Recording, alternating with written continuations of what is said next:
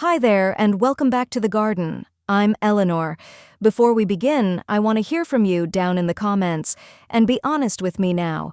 How many times this summer have you dragged the hose around the yard, or stood there watching a plant wilt and sulk in the heat, no matter what you did for it? Tell me about your hardest, hottest, driest spot, because today is all about ending that struggle for good. Here's the wonderful truth I want you to take away from this video. A beautiful front yard does not have to mean constant watering, sky-high water bills, and plants gasping for breath in the summer heat. We've been taught that gardening means fussing and watering and worrying.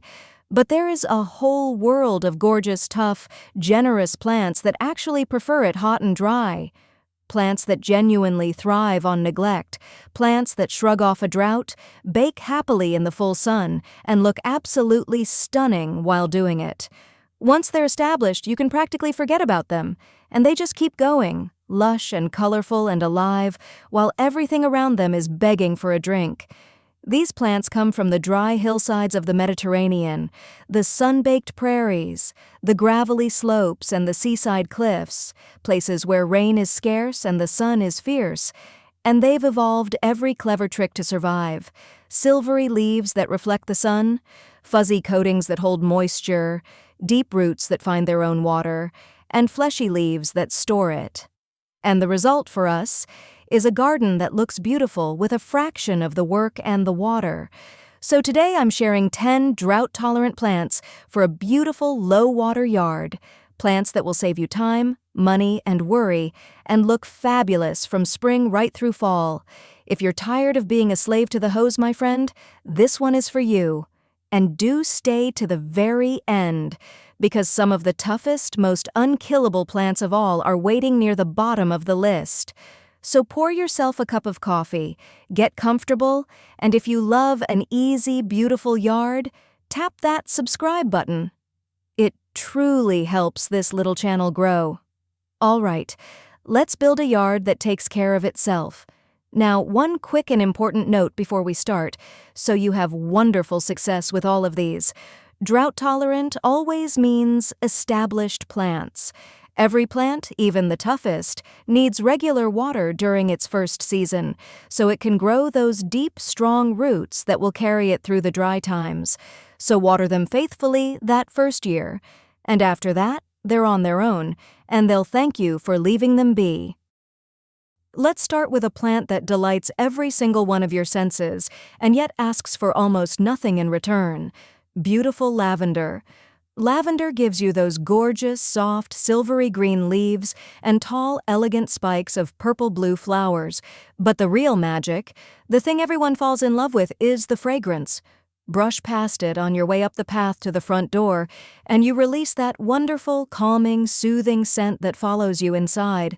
It's like having aromatherapy built right into your landscape, free of charge, every single day. And the bees and butterflies adore it. A row of lavender in bloom is positively humming with happy life on a warm afternoon. Now here's exactly why it's so perfect for a low-water yard. Lavender doesn't just tolerate drought, it genuinely loves it. It comes from the hot, dry, sunny, rocky hillsides of the Mediterranean, so once it's established, the single fastest way to kill it is to be too kind. Too much water and too much fussing will rot it right out. This is the ideal plant for the busy gardener, or let's be honest, the forgetful one. We've all been there, and lavender forgives us completely. In fact, it prefers it. The two things lavender absolutely insists on are full sun, all day long, the more the better, and excellent drainage. It will not tolerate wet, soggy feet, especially over winter. So if your soil holds water or tends toward clay, mix in plenty of sand or fine gravel, or plant it in a raised bed on a slope or along a sunny path edge where the water runs off. Get that drainage right, and lavender will thrive for years and years, with essentially no watering from you at all. For your design, Plant it along a walkway where you'll brush against it and release that scent, as a low, fragrant hedge, or massed in a group for that dreamy, breathtaking ribbon of purple. And do choose a hardy English type if you're in a cold winter climate, as they're the toughest. My tip, and this is the one that keeps lavender beautiful for a decade instead of getting old and ugly, give it a light trim every year. Right after it finishes blooming, shear off the spent flower stalks and trim the plant back into a tidy mound, but never cut all the way back into the old, woody, leafless stems, as it won't regrow well from there. That yearly haircut keeps it compact, full, and young instead of woody, sprawling, and bald in the middle. Fragrant, beautiful, beloved by bees, and utterly drought-proof, lavender is the perfect place to start. Now let's add a plant that practically cannot be killed with number 2. Number 2 is one of the very toughest, most forgiving, most rewarding plants you can grow. And as a lovely bonus, it blooms when almost nothing else does. Sedum, also known as Stonecrop. Sedum is a succulent, which is the secret to its toughness. It stores water right inside its thick, fleshy leaves, so it's built to survive a drought from the ground up. And it comes in 2 wonderful forms for the garden. First, there are the tall, upright types, like the famous Autumn Joy, which form tidy, handsome blue-green mounds that look neat and architectural all summer long. And then, just when everything else in the garden is winding down and getting tired in late summer and fall, they erupt into big, rounded, broccoli-like flower heads of dusky rose pink that the bees absolutely swarm. Those flowers slowly deepen to a rich, rusty red, and then a coppery bronze, and they stand beautifully right through the winter, holding caps of snow. Second, there are the low, creeping types, which spread into a tough, colorful, weed-smothering carpet that laughs at heat, drought, and poor soil. This is a plant that genuinely thrives on neglect. I mean that quite literally. Give it full sun and well-drained soil and then do absolutely nothing. No watering, no feeding, no fussing. In fact, too much kindness is its only real enemy. Rich soil and extra water make the tall types grow soft and floppy and split open in the middle. The deer and rabbits leave it alone, and it returns bigger and better every single year. For your design, use the upright types in generous groups for that gorgeous, reliable, late-season color, exactly when your garden needs a lift. They're wonderful paired with ornamental grasses for a beautiful fall picture. And use the creeping types to spill over the edge of a wall, to fill the gaps between stepping stones and in gravel, or to carpet a hot, dry, impossible slope where nothing else will grow. Full sun and good drainage, and it's truly set for life. My tip, if your tall sedum tends to flop open in the middle by late summer, here's the trick the experts use. It's called the Chelsea chop. In late spring, simply cut the whole plant back by about half. It looks drastic for a moment, but the plant responds by growing back shorter, sturdier, bushier, and more compact. And it blooms beautifully without ever flopping. One cut, perfect plants. Tough, beautiful, late blooming, and utterly drought-proof. Sedum is an absolute must. Now let's add some soft, ferny texture and flat-topped color with number 3. Number 3 brings wide, flat clusters of cheerful color on soft, ferny foliage, and it's one of the most drought-tough plants in the entire garden, Yarrow or Achillea. Yarrow sends up these wide, flat-topped clusters of tiny flowers. They look like little landing pads, and the butterflies treat them exactly that way. In the most cheerful range of colors, sunny yellows and golds, warm reds, soft pinks, glowing oranges, peaches, and creamy whites, often shifting shades as they age. They bloom for a long stretch all through summer, held above feathery, aromatic, fern-like foliage that looks lovely and soft even when the plant isn't in flower. And here's a design point worth knowing. That flat, horizontal flower shape is precious because it contrasts so beautifully with all the spiky and rounded daisy-shaped flowers in a bed. That variety of flower shapes is exactly what makes a planting look rich, full, and professionally designed. And Yarrow is tough in a way that almost defies belief. It positively thrives in hot, dry, poor, lean soil and blazing full sun. In fact, and this surprises people every time, rich soil and generous watering are bad for it. They make it grow tall, weak, and floppy, and they shorten its life. Lean and dry and neglected is exactly how Yarrow likes to live. It's drought-tolerant to the extreme once established. The pollinators adore it. The deer and rabbits avoid its aromatic foliage, and it spreads into bigger, more generous clumps every year, giving you more flowers for free. For your design, plant it in groups for a bold drift of that flat-topped color, and pair it with spiky plants like salvia or with ornamental grasses for that lovely, deliberate contrast of shapes. It also makes a superb cut flower, fresh or dried, holding its color beautifully indoors. Full sun and lean, well-drained soil. And please, resist the urge to pamper it. My tip? Deadhead the spent flower clusters through the summer to keep a steady supply of fresh blooms coming, and if the plant gets a little floppy or tired, just shear the whole thing back, and it will quickly rebloom. And every couple of years, dig and divide the clumps in spring to keep them vigorous and well-behaved, and to spread that easy color around your yard. Colorful, ferny, pollinator-friendly, and incredibly drought-tough, Yarrow earns its place. Now let's add some soft, touchable, shimmering silver with number 4. Number 4 is the plant that absolutely everyone wants to reach out and touch the moment they see it, and it brightens a hot, dry bed with shimmering silver, lamb's ear. The moment you lay eyes on lamb's ear, you understand exactly how it got its name. Those soft, fuzzy, silvery leaves are so irresistibly velvety and woolly that they feel just like a real lamb's ear between your fingers. Children are completely enchanted by it, and honestly, so are most grown-ups. But that beautiful silver foliage isn't only charming, it's one of the most useful design tools you can have. Silver and gray foliage cools down hot, clashing colors, ties a whole mixed border together, brightens the front of a bed, and absolutely glows in the soft light of evening. It's one of the very best plants there is for adding that soft, expensive designer texture down at the front of a sunny bed. And here's the clever part. That fuzzy, woolly coating on the leaves is the very secret to its toughness. Those tiny hairs reflect the harsh sun and slow down water loss, which is precisely what makes lamb's ear so wonderfully drought-tolerant. It thrives in hot, dry, sunny spots, spreading gently into a soft, weed-smothering silver carpet. And the deer and rabbits won't touch those woolly leaves.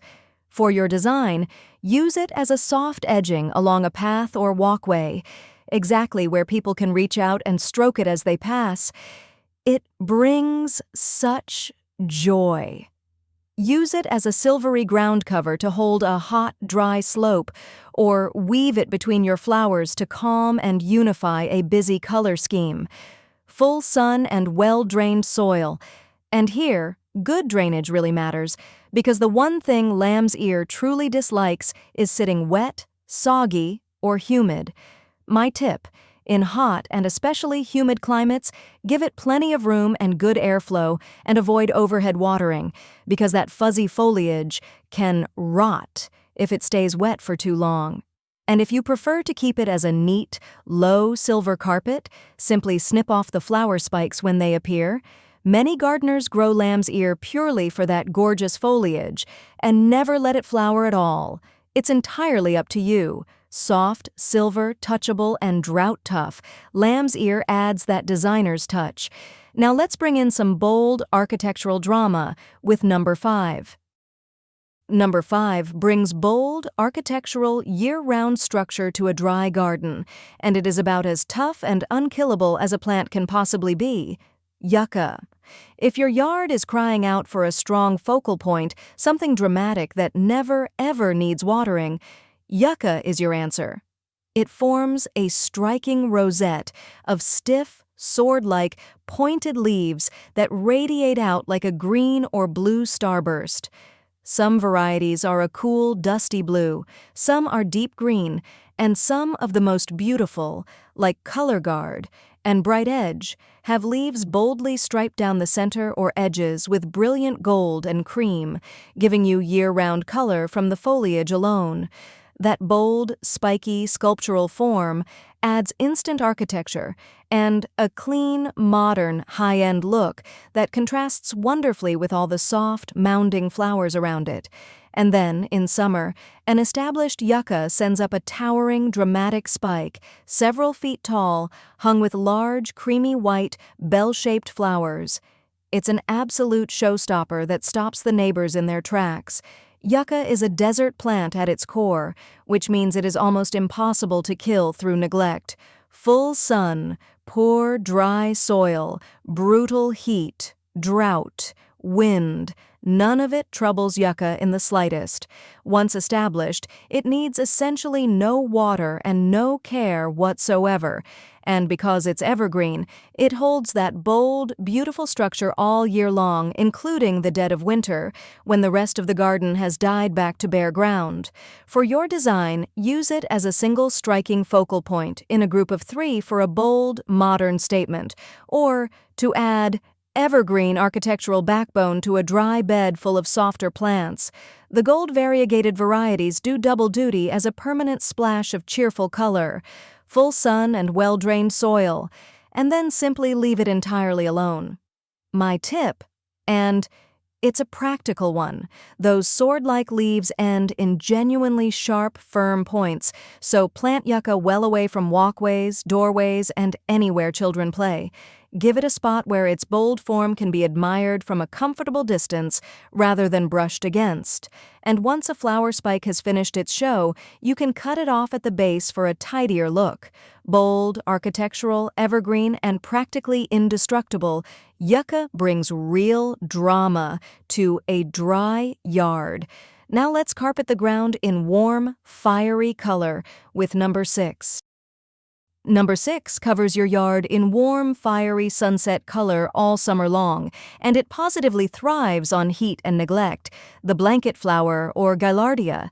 These cheerful, daisy-like flowers come in the warmest, most welcoming colors in the whole garden: rich russet reds, glowing oranges, and golden yellows, very often in a beautiful banded bicolor pattern that looks exactly like a glowing sunset or like a cozy southwestern blanket, which is precisely where the charming name comes from. And the real gift of this plant is how long it blooms. It covers itself in that fiery color from early summer right up until the first frost, month after month after month. It brings such a warm, happy, energetic, sunny feeling to a front yard, and you'll find yourself smiling every time you pass it. Blanket flower is a tough, native prairie plant, and it absolutely loves the conditions that defeat fussier flowers: heat, full sun, and dry, poor, lean soil. It's extremely drought-tolerant once established, and once again, I know I keep saying it, but it's so important, rich soil and overwatering actually shorten its life. It wants it lean, sunny, and dry. The butterflies and bees flock to it all summer. The seed heads feed the birds later on, and it often reseeds itself gently around the garden, giving you free new plants. For your design, plant it in generous groups for a big, bold drift of warm color, along a hot, sunny edge, or in containers where it'll bloom its heart out. And here's a beautiful combination to remember. Pair its fiery reds and oranges with the cool blues and purples of salvia or Russian sage. Those warm and cool colors, set against each other, are absolutely striking, the kind of pairing designers love. Full sun and well-drained soil, and don't pamper it. My tip: deadhead it through the summer to keep that incredible, non-stop bloom going strong. And because some blanket flowers are naturally short-lived, here's a simple trick to keep it around. Let a few of the final flowers go to seed at the end of the season, and it will happily reseed itself and carry on for years, with new young plants replacing the old.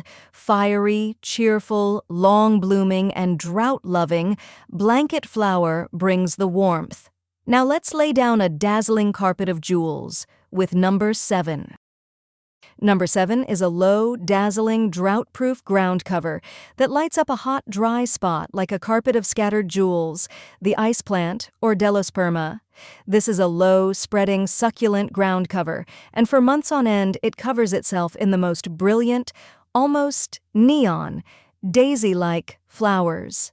Vivid, hot pinks, electric purples, glowing oranges, sunny yellows, and fiery reds that practically shimmer and glow in the sunshine. The flowers open up wide to greet the bright sun and create a low, glowing, shimmering carpet of color over the fleshy, succulent green foliage.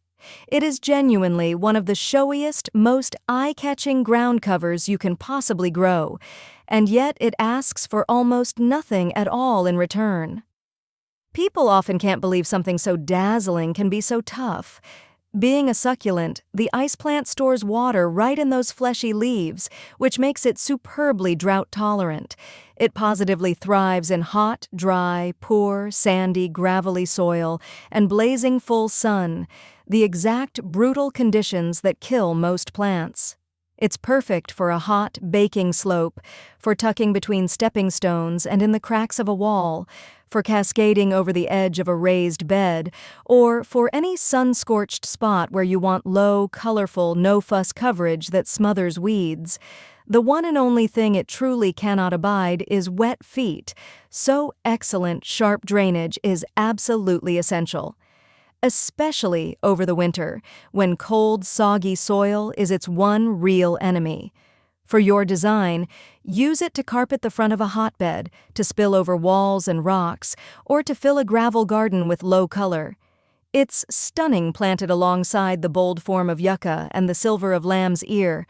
Full sun and very well drained, even sandy or gravelly soil, and it's an absolute heaven. My tip: the single key to long-term success with ice plant is making sure it never, ever sits in soggy soil, particularly through the cold months. On a slope, in a raised bed, or in gritty, gravelly soil, it's practically bulletproof and will reward you for years. If you garden in heavy clay, simply plant it high, in a mound of gritty soil, and it'll be perfectly happy. Dazzling, low, jewel-bright, and drought-proof. The ice plant is a treasure for hot spots. Now let's bring in some tall, fragrant, hummingbird-loving color with number 8. Number 8 sends up long, fragrant, glowing spikes of color that the hummingbirds simply cannot resist, and it does it all on very little water. Agastache, wonderfully nicknamed hummingbird mint.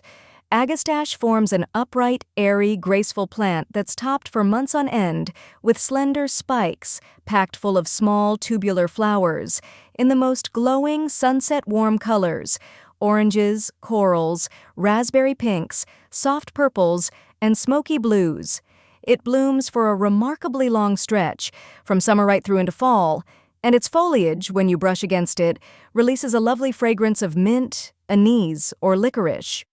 Those tall, vertical flower spikes add beautiful structure and height to a bed of mounding plants, and the wildlife. Oh, the wildlife. The hummingbirds, butterflies, and bees absolutely swarm Agastache from morning until night. If you dream of a yard alive with hummingbirds, this is one of the very best plants you can possibly grow for them. And it's tough and drought-tolerant once established, loving full sun and lean, well-drained soil. Like so many of our toughest plants, it wants it dry and sunny. It isn't bothered by heat in the slightest, and the deer and rabbits steer well clear of its aromatic, minty foliage. For your design, Plant it in groups for a long-blooming, pollinator-filled display, set toward the middle of a sunny bed where its tall spikes can rise gracefully above your shorter plants. It pairs beautifully with the warm tones of blanket flower and yarrow, and with the cool blues of Russian sage and salvia. Full sun and excellent drainage. And I'll say it once more, because it's the key to success. Especially good drainage over the winter. My tip, the single most important thing for getting Agastache to come back year after year is sharp drainage, particularly through a cold, wet winter. It dislikes cold, soggy soil far more than it dislikes the cold itself. So plant it somewhere that drains well, leave the dried stems standing over winter to protect the crown, and cut it back in spring as the new growth begins. Do that, and it'll fill your yard with hummingbirds for years. Long-blooming, fragrant, and an absolute hummingbird magnet. Agastache is a low-water gem. Now let's add some bold, flaming, torch-like drama with number 9. Number 9 is a true showstopper, sending up bold, flaming torches of color high above a tough, grassy clump, the red-hot poker, also called Kniphofia, or simply the torch lily. You truly cannot miss this one, and that's exactly the point. It sends up tall, dramatic, poker-straight flower spikes that look, for all the world, like glowing torches held aloft, densely packed with tubular flowers that very often shade from a fiery red-orange at the top down through to a glowing golden yellow below, exactly like a living flame. They rise on strong, sturdy stems above a fountain of grassy, arching foliage, and they bloom through the summer, bringing bold, vertical drama and a hit of hot, exotic, tropical-looking color that the hummingbirds find utterly irresistible. A group of red-hot pokers in full bloom is genuinely spectacular, and it gives a front yard real personality and a wonderful sense of fun. Now, despite that exotic, almost tropical appearance, the red-hot poker is a tough, drought-tolerant, sun-loving plant. Once established, it handles heat and dry spells with complete ease. It isn't fussy, and many varieties are evergreen, giving you that grassy structure all year round. The deer tend to leave it well alone, and it returns reliably, forming wider clumps over time. For your design, use it as a bold focal accent, in a group for a dramatic torchlit display, or rising up above, lower, mounding plants for that designer's contrast of bold spikes against soft mounds. It's striking alongside ornamental grasses and the warm tones of blanket flower. Full sun and well-drained soil, and once again, especially good drainage over the winter, as cold, wet feet are its one weakness. My tip, to keep it blooming well and looking tidy, cut off each flower spike at the base once it's finished, which encourages more to come. In colder regions, leave the grassy foliage on through the winter to protect the crown from the cold, then tidy it up in spring. And do give it a little room when you plant, because those grassy clumps grow wider and more generous with each passing year. Bold, flaming, exotic, and drought-tough, the red-hot poker brings the drama. Now for our 10th and final plant, something truly unique and otherworldly. Here it is. And here is number 10, one of the most striking, unusual, and unforgettable plants you can grow, and it happens to be tough as nails, sea holly or Eryngium. Sea holly looks like absolutely nothing else in the garden, and that's exactly why people fall in love with it. It produces these extraordinary thistle-like flower heads, a central cone surrounded by a spiky, jagged, almost spidery collar of bracts. And here's the truly magical part. The whole upper portion of the plant, the flower heads, the bracts, and even the stems often glows an astonishing, metallic, electric steel blue or shimmering silver, as if it were sculpted from polished metal. It's architectural, modern, a little bit wild, and completely mesmerizing. It brings a unique texture and a cool, shimmering, jewel-like color that makes a whole front yard look sophisticated, artful, and curated by a designer. And as a bonus, it's an absolute magnet for bees and butterflies, and it makes a spectacular, long-lasting cut flower, fresh or dried. Now, that C in its name is a wonderful clue to its toughness.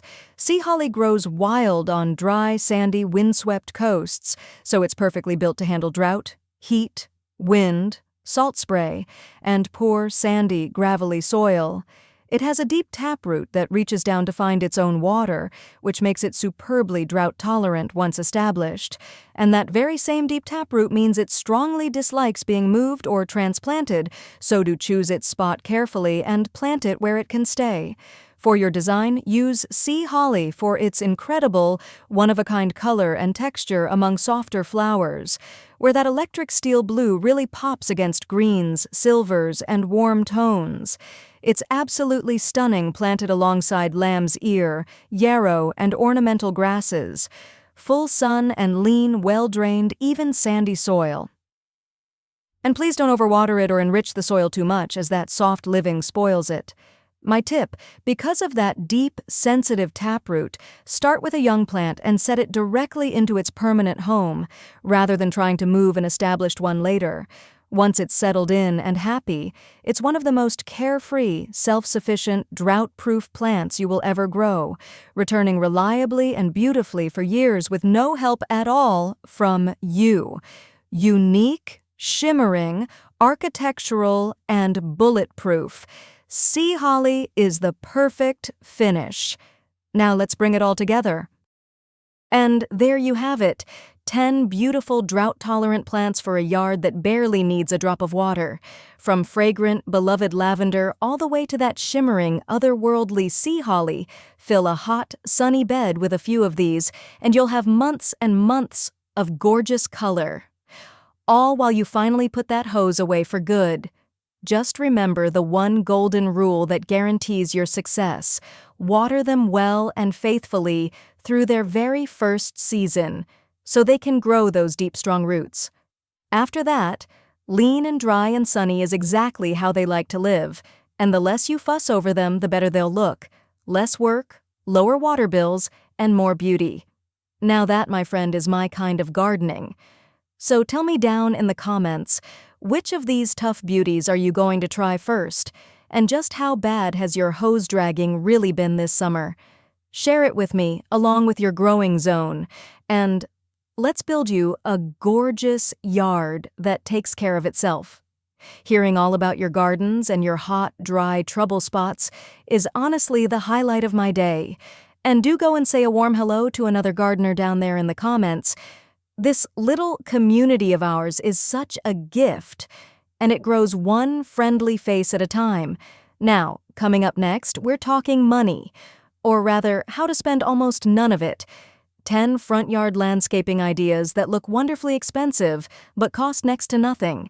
If you want big curb appeal without the big price tag, you are going to love it, so make sure you're subscribed with that bell turned on. Until next time, this is Eleanor.